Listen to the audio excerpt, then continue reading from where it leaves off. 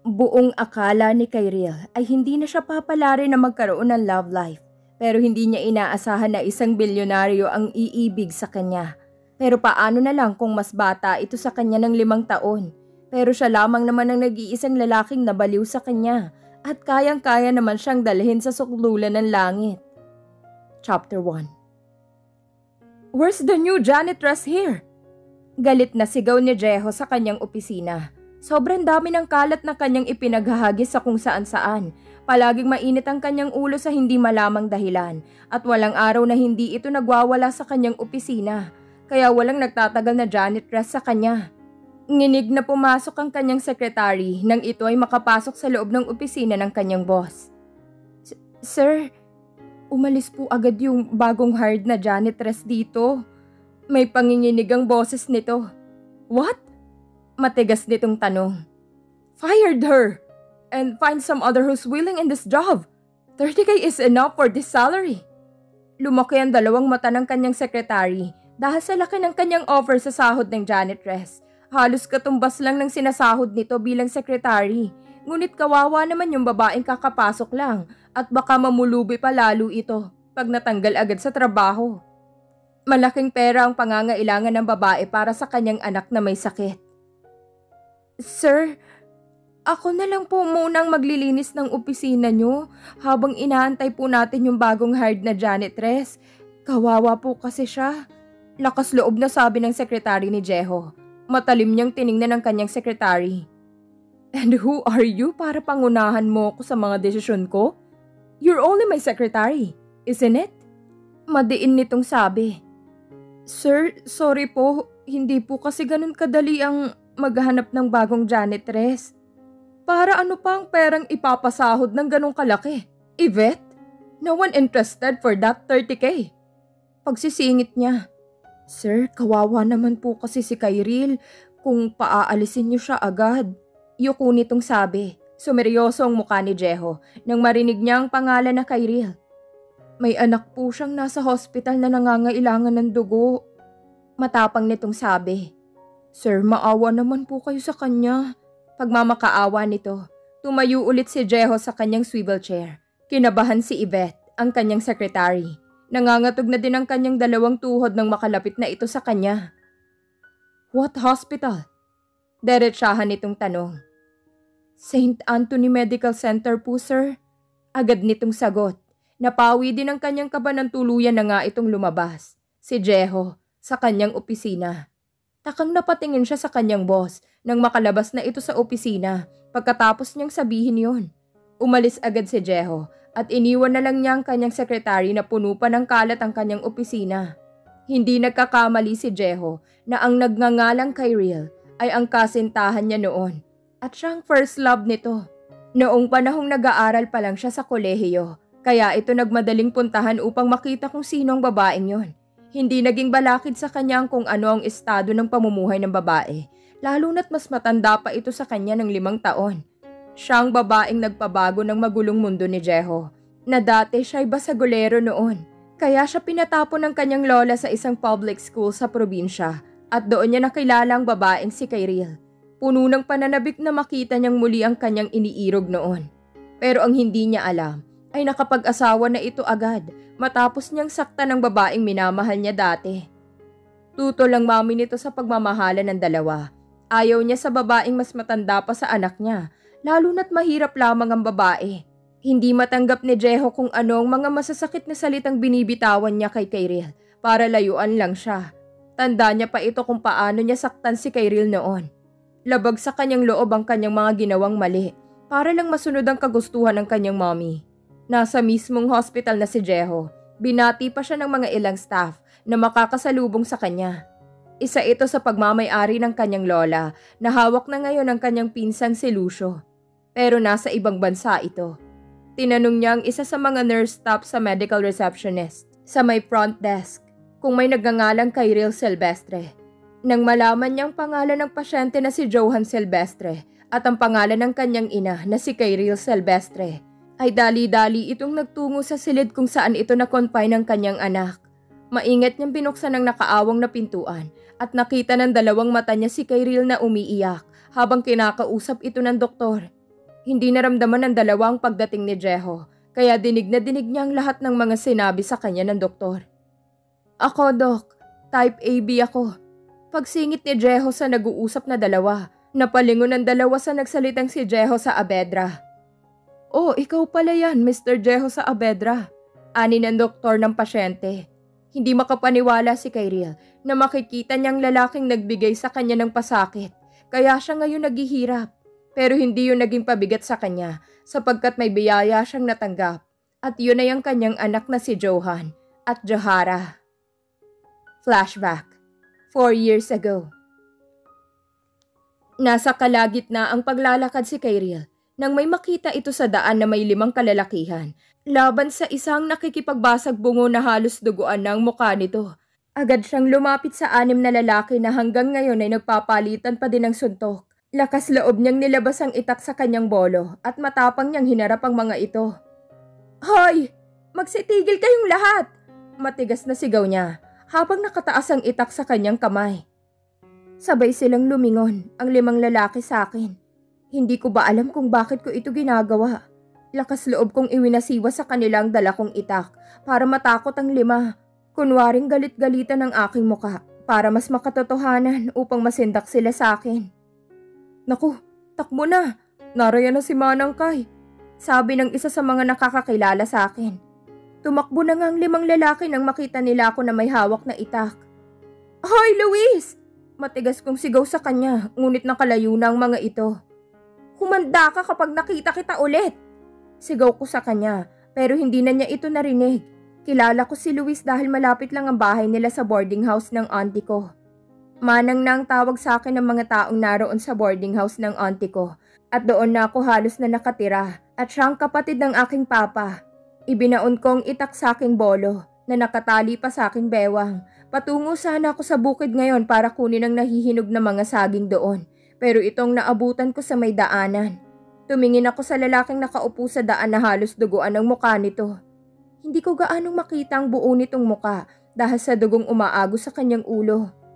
Hala, kaya mo pa bang tumayo? Lumuhod ako para alalayan siyang makatayo. Para idala na lang siya sa center at malunasan agad ang mga natamong mga sugat sa mukha nito. Pero tinabig niya lang ang aking kamay pagkahawak ko sa braso niya. Stay away from me. I don't need your help. Get out of my sight. Madiing sabi nito. Napasinghal na lang ako sa sinabi niya. Ikaw na nga tong tinutulungan, ikaw pa tong galit. Diretsyong tumingin ito sa akin. Halatang kumunot ang noon nito. Did I tell you to help me? Tumayo siya at nakita kong matangkad pala ito. Huwag kang lalampalampariyan para hindi ka nila pagtulungan. Kalalaki mong tao. Hindi mo pa sila kayang labanan. Ay bahala ka na nga dyan. Inis kong sabi sa kanya. Tumayo na ako para iwanan na lang siya. Hindi ko alam kung saan ko ilalagay ang pagkainis ko sa kanya. Tiningnan niya lang ako gamit ang isang mata nito dahil yung isa ay hindi na niya maimulat dahil sa natamo nitong mga suntok. Lumakad na ako pero nakasunod lang ito sa akin. Huminto ako at pakiramdam kong huminto din siya. Sinusundan mo ba ako, ha? Nakapamewang akong humarap sa kanya. Nginisihan niya ako. Nakita kong pantay-pantay nitong mga ngipin na puting-puti. Ano ba sa tingin mo, ha, Manang? Matigas na sabi niya. Naiawang ko ng konti ang aking labi at kumurap ng 3 beses dahil sa naiinis akong marinig ang salitang Manang. Pwede bang ate na lang ang itawag mo sa akin para maiba naman? Nakakasawa na marinig ang Manang eh. Reklamo ko. I don't. Tipid nitong sagot. Sige, kung ayaw mo, wag mo na akong susundan. Pasuplada kong sabi, pero nilagpasan niya lang ako. Tuwid na itong maglakad habang ako'y nasa kalsada pa rin, naiwan. Tanging likod na lang niyang natatanaw ko. Lumiko na siya sa kabilang kalsada sa tapat ng mga apartment. Naiawang ko ang aking bunganga nang makita kong sumakay ito sa magara nitong sasakyan, habang ako'y naiwan akong nakatulala lang. Hindi ko akalain na ang yaman pala ng lalaking yun, at siya palang nagmamay-ari ng sasakyan na yun na pinag-uusapan kamakailan lang dito sa aming bayan, na may isang mayamang tao sa lugar namin ang napadpad dito. Masaya akong nakausap ko siya, ngunit hindi ko masyadong mamemorya ang itsura niya dahil sa dugong umaago sa kanyang ulo. Pero ang tangkad niya, kung isa man siyang estudyanteng nag-aaral dito sa Augustus College. 5:00 ng hapon ako dumating sa boarding house ng auntie ko. Napaubos kong mga saging na benta ko kaninang umaga at hawak-hawak ko ng perang napagbentahan ko para ibigay kay ante. Kairel, tulungan mo na magluto si Monet at maligo ka na nga muna, bantot mo na. Sabi ni ante nang makasalubong ko siya sa hagdanan papuntang second floor. Nasa unang palapag kasi ang kantin para dagdag negosyo na din yon. Ante naman, syempre galing po ako sa palengke kaya amoy mabaho ako. Nasa second floor na kami sa parting visiting area at may 4 na boarders ang narito nakaupo sa sofa. Naku, delikado na yan at baka may amoy na din yung tahong mo. Sabay tawa ng mga boarders na kalalakihan dito. Hoy, mga tsismoso! Magsitigil kayo kung ayaw niyong singiling ko kayo ng maaga sa mga upa niyo rito. Pagtatanggol sa akin ni ante. Pasensya na po, Aling Minda. Kaya po pala may amoy tahong dito eh. Kay Manang palang amoy na yun. Sinamaan ko ng tingin si Abet. Ganon din ang mga kasama niyang narito. Saka sumunod na ako paakyat ng 3rd floor. Ante naman, pinapahiya niyo naman po ako eh. Bulong ko sa kanya na nakasunod lang ako sa kanya nang marating na namin ang 3rd floor dahil naroon ang mga kwarto namin. Lambing ko lang yon, ikaw naman hindi na mabiro. Napakamot na lang ako ng ulo sa inasal ni ante. Makalipas ang ilang oras ay bumaba na ako ng mabangong-mabango. Kalahating oras ang itinagal ko sa pagbababad sa loob ng banyo para matanggal ang mga kumapit na dumi sa aking katawan. Nakasuot ako ng pajama at malaking t-shirt. Nakasalubong ko pa si Abet sa may hagdanan at inilapit niya ang mukha nito sa akin. Lumayo ako sa kanya para makaiwas. Ang bango mo, Manang, ha? Sabi nito. Ano naman ngayon kung mabango ako? Nakangiti kong tanong. Walang nagbago eh. Manang ka pa din kahit maligo ka pa ng 10 timba na may lamang punong tubig. Wala na magbabago sa'yo. Sabay halakhak nito at patuloy na ito sa pag-akyat sa 2nd floor. Sumama ang timpla ng aking muka na kanina lang nakangiti habang nakasunod ang tingin ko sa paakyat na si Abet. Asar ka talaga, sa loob-loob ko. Itinuloy ko ng paglalakad at tinungo ko ng kantin para tumulong sa pag-aasikaso sa kusina. Pero inutusan ako ni ante na mag-serve na lang sa mga customer. Tinawanan pa ako ni Monet sa hindi malamang dahilan. Hoy Monet, ang saya mo ha? Anong meron at nakatawa ka dyan na parang timang? Tanong ko rito habang nakaupo dito na nagbabantay sa mga ulam. Paano ba naman kasi Kairil? Tingnan mo nga naman yung suot mo. Turo nito sa akin sabay tingin ko sa suot ko. Anong problema mo dito? Maayos naman ah. Pagtatanggol ko sa sarili ko. Anong maayos dyan sa suot mo? Tingnan mo nga oh. Ang laki na nga ng t-shirt mo at maluwag pa ang pajama mo. Nagmukha ka tuloy na ghost na lumulutang dyan sa suot mo. Kaya wala pa naliligaw sa'yo kasi mukha kang Manang. Mag-ayos ka naman Kairil para magka-boyfriend ka na. Tumatanda ka na sa kalendaryo, ilang buwan na lang mag-25 ka na. Oo na, darating din tayo dyan Monet. Para makatikim din naman ako ng balot. At hindi mo na ako pinaiinggitan, no? Pagdidiin kong sabi sa kanya, ngunit tahimik lang siya na parang nagulat ang itsura nito. Hoy, natahimik ka na riyan. Tumingin ako sa may harapan. Dahil sa nakatalikod ako sa may mga nakalatag na ulam sa mesa at napanganga ako nang makita kong may customer pala. Napatayo ako't umalis dahil sa kahihiyang kong mga nasabi kanina. Ngunit nauna nang umalis si Monet, kaya no choice kundi ang balikan ng nag-aantay na customer. Nakasombrero siya na kulay itim at naka-shades din ito. Matangkad din ang lalaki at may kaputian din ito. Naka-jacket siya na may puting t-shirt. Sa panloob nito. Ano pong ulam ang order nyo, sir? Hiya kong tanong. Hindi ito nagsalita at parang may hinahanap pang mga ibang putahing ulam. May tahong ka ba, Manang? Tumayo ang aking mga balahibo pagkasabi niyang yun. Dahil iba ang ibig sabihin nun sa akin. At parang kilala kong boses na yun na dati ko nang naririnig. Napakunot ang aking noo sa tahong na hinahanap niyang ulam wala namang tahong na nakadisplay na ulam dito. Hoy, anong klaseng tahong bang hinahanap mo? Kita mo naman diba na walang tahong na nakadisplay na ulam dito? Galit kong sabi sa kanya. Pero kakakain ko lang ng tahong mo kanina Manang. Kabilis naman maubos yun. Isa pa naman sa paborito kong putahin nyo dito. Hindi ko na alam kung saan ko ilalagay ang inis ko sa kanya. Alam mo ba ang bastos mo? Duro ko sa kanya. Hey, anong bastos doon sa sinabi ko Manang? Naghahanap lang ako ng tahong mo, nagagalit ka na.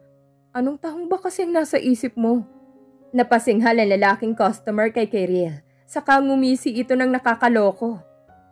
Kung sino man ang bastos sa ating dalawa ay walang iba kundi ikaw. Turo nito sa akin. Ha? Ako? Bakit naman ako naging bastos sa'yo? Wala pa akong sinasabi sa'yo ha, kaya wag mo akong pagbintangan na ako ang bastos. Galit kong sabi. Sabi mo kanina gusto mong makatikim, diba? Mahinang bulong nito sa akin. Napahawak ako sa nakaawang kong bunganga gamit ang dalawa kong kamay.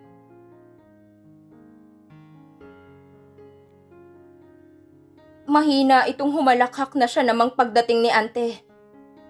Sir Jeho, ikaw pala yan?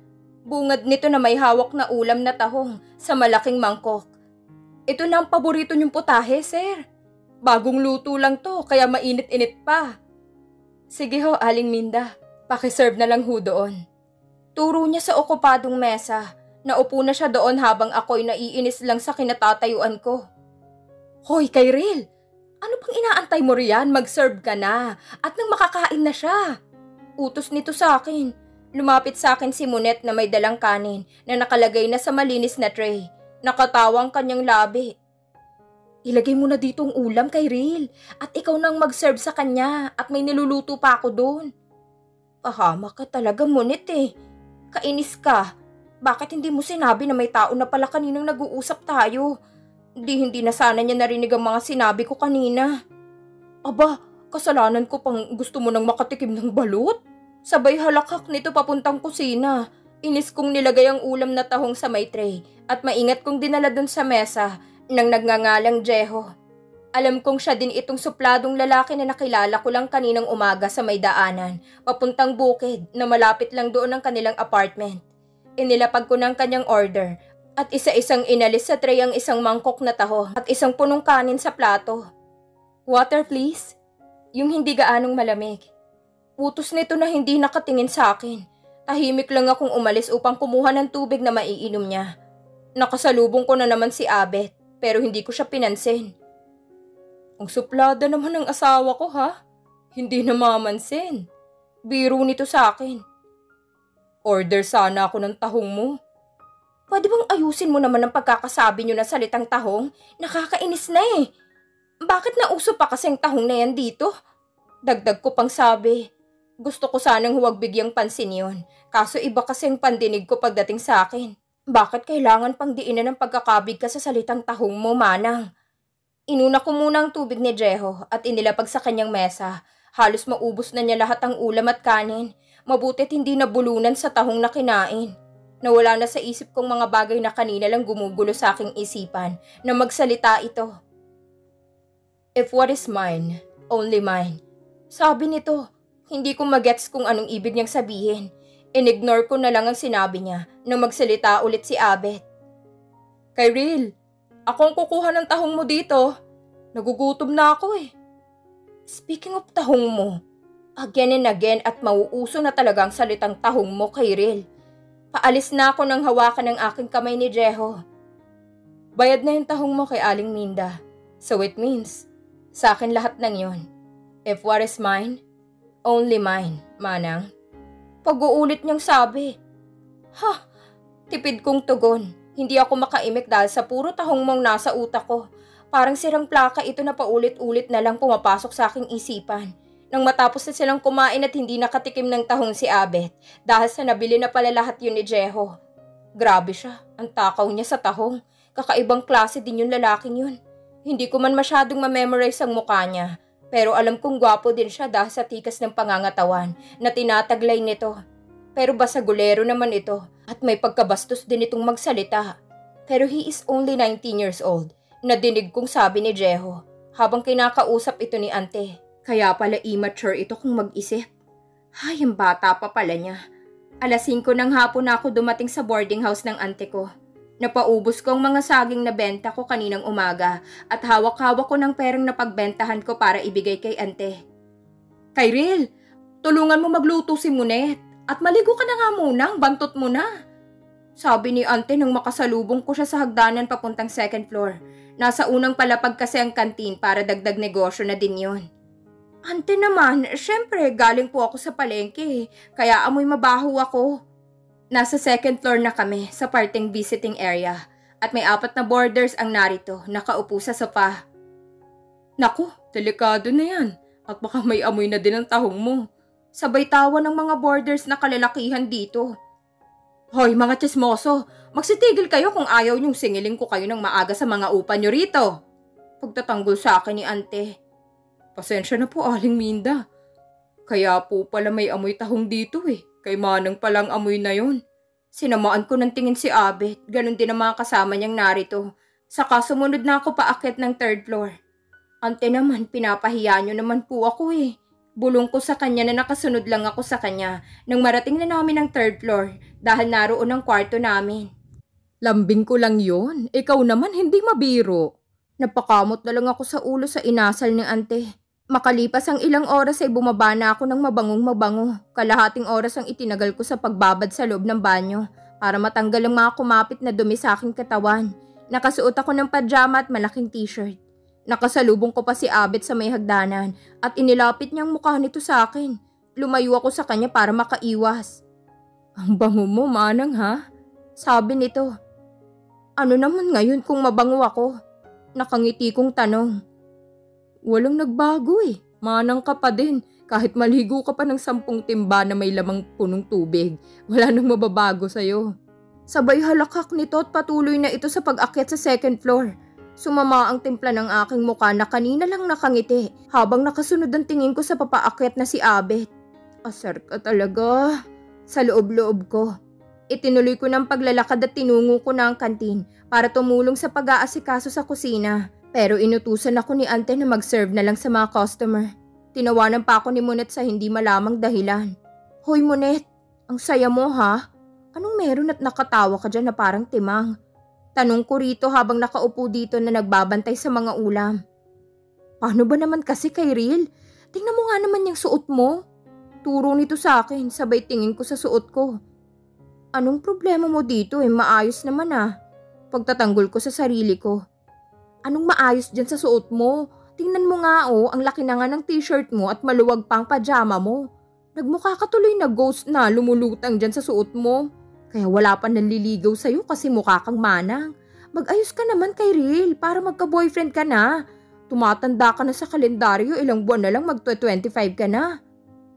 Oo na, darating din tayo dyan Monet para makatikim naman din ako ng balot. At nang hindi mo na ako pinaiinggitan no? Pagdadiin kong sabi sa kanya, ngunit natahimik na lang siya na parang nagulat ang itsura nito. Hoy, natahimik ka na riyan.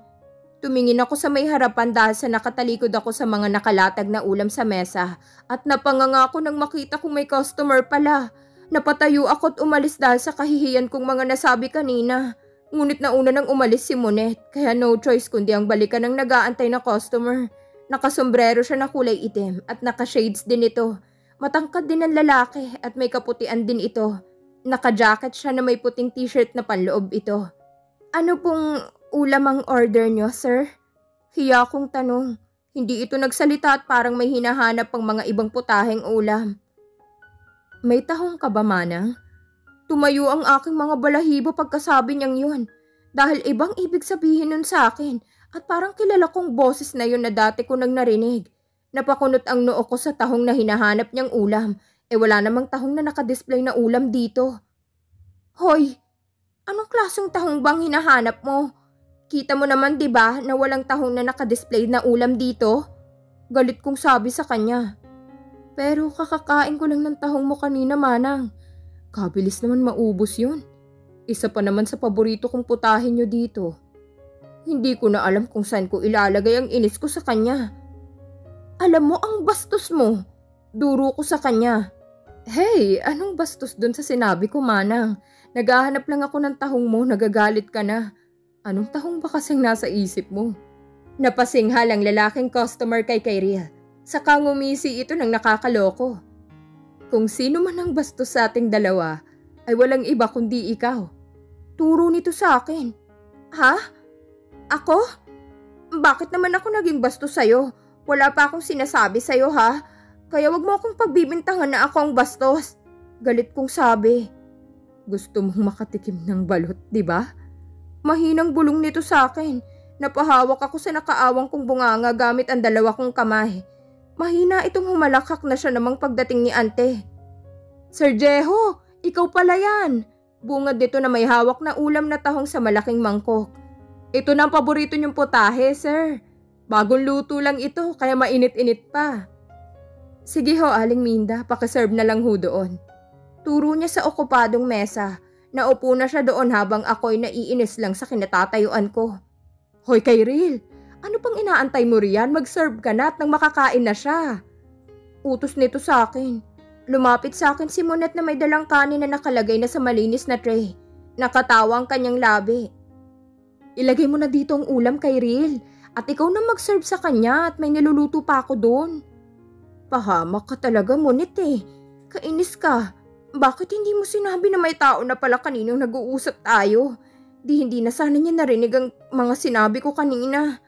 Aba, kasalanan ko pang gusto mo nang makatikim ng balot? Sabay halakak nito papuntang kusina. Inis kong inilagay ang ulam na tahong sa may tray at maingat kong dinala dun sa mesa na nagngangalang Jeho. Alam kong siya din tong supladong lalaki na nakilala ko lang kaninang umaga sa may daanan papuntang bukid na malapit lang doon ang kanilang apartment. Inilapag ko ng kanyang order at isa-isang inalis sa tray ang isang mangkok na tahong at isang punong kanin sa plato. Water please, yung hindi gaanong malamig. Utos nito na hindi nakatingin sa akin. Tahimik lang akong umalis upang kumuha ng tubig na maiinom niya. Nakasalubong ko na naman si Abet pero hindi ko na siya pinansin. Ang suplada naman ng asawa ko ha, hindi na mamansin. Biro nito sa akin. Order sana ako ng tahong mo. Pwede bang ayusin mo naman ang pagkakasabi niyo ng salitang tahong? Nakakainis na eh.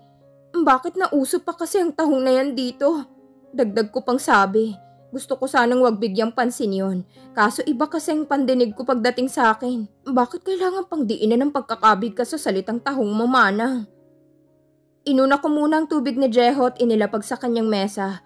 Halos maubos na niya lahat ang ulam at kanin. Mabutit hindi nabulunan sa tahong na kinain. Nawala na sa isip kong mga bagay na kanina lang gumugulo sa aking isipan nang magsalita ito. If what is mine, only mine. Sabi nito, hindi ko magets kung anong ibig niyang sabihin. Inignore ko na lang ang sinabi niya nang magsalita ulit si Abet. Kyril, ako nang kukuha ng tahong mo dito, nagugutom na ako eh. Speaking of tahong mo, again and again, at mauuso na talaga ang salitang tahong mo, Kyril. Paalis na ako ng hawakan ng aking kamay ni Jeho. Bayad na yung tahong mo kay Aling Minda. So it means, sa akin ang lahat yun. If what is mine, only mine, Manang. Pag-uulit niyang sabi. Ha, tipid kong tugon. Hindi ako makaimik dahil sa puro tahong mong nasa utak ko. Parang sirang plaka ito na paulit-ulit na lang pumapasok sa aking isipan. Nang matapos na silang kumain at hindi nakatikim ng tahong si Abet dahil sa nabili na pala lahat yun ni Jeho. Grabe siya ang takaw niya sa tahong. Kakaibang klase din yung lalaking yun. Hindi ko man masyadong ma-memorize ang mukha niya pero alam kong gwapo din siya dahil sa tikas ng pangangatawan na tinataglay nito. Pero basagulero naman ito at may pagkabastos din itong magsalita. Pero he is only 19 years old. Nadinig kong sabi ni Jeho habang kinakausap ito ni Ante. Kaya pala immature ito kung mag-isip. Ay, ang bata pa pala niya. Naubos ng lahat ng mga lutong ulam at narito pa rin si Jeho. Pero may kasama itong isa pang lalaki. Pero hindi ko siya gaanong makita. Kinakausap nila si Ante.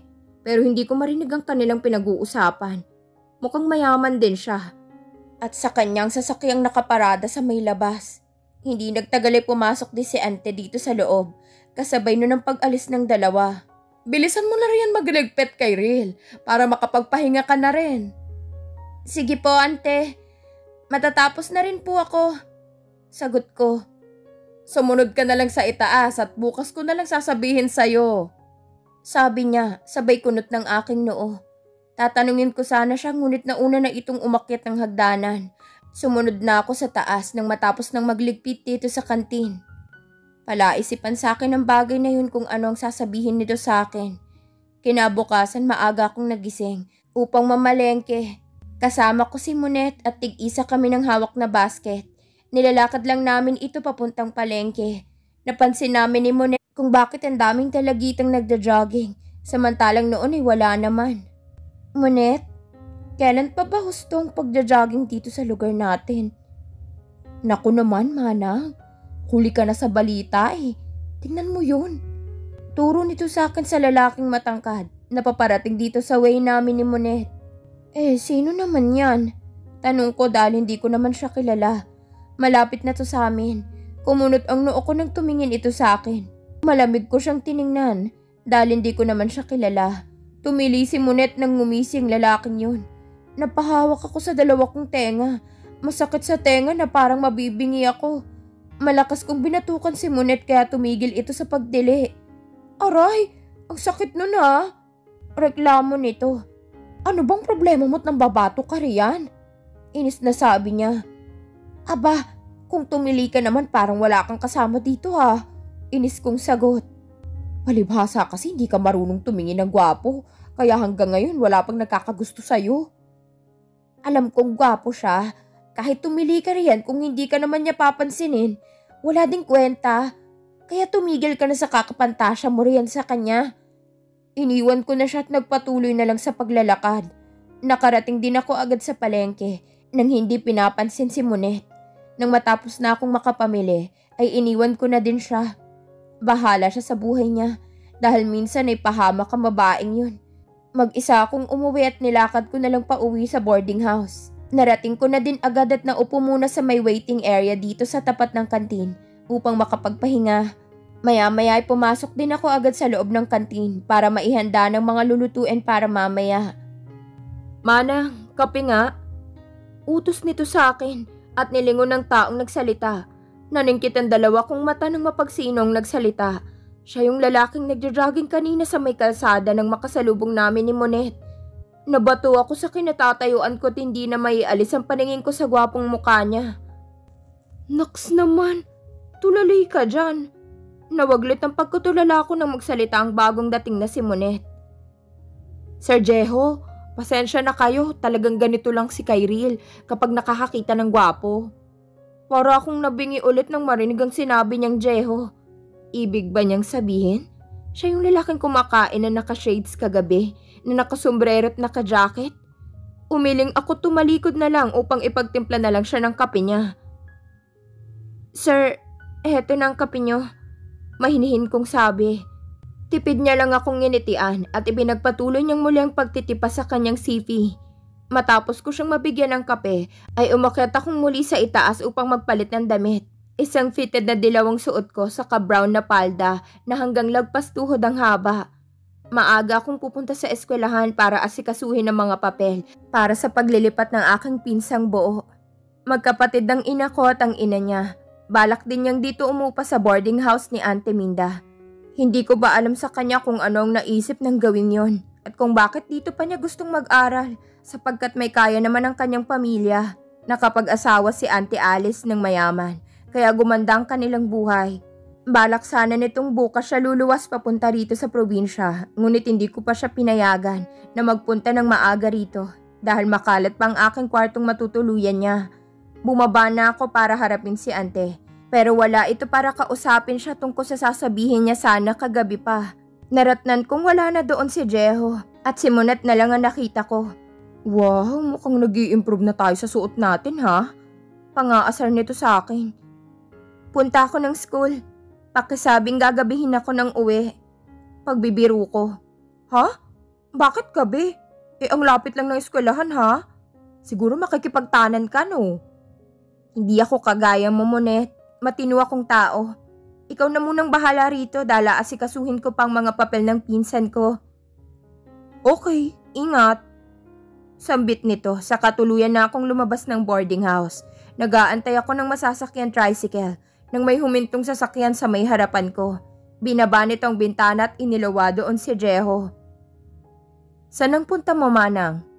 Sumabay ka na sa akin. Sabi nito. Bumaba siya at naka-uniforme na ito. Binuksan nitong pintuan para sa akin. Nangasim ang mukha ko. Ang lakas naman ng loob mong pasakayin ako riyan. Hoy, kahit gwapo ka, hindi ako sasakay riyan sa sasakyan mo. Pagtataray ko. Ako na nga tong nagmamagandang loob, ikaw pa tong maarte. Saka pabalibag na sinaradong pinto ng sasakyan. Humaba ang nguso ko pagkasabi niya nun. Hoy bata! Turo ko sa kanya. FYI ha, hindi ako maarteng babae.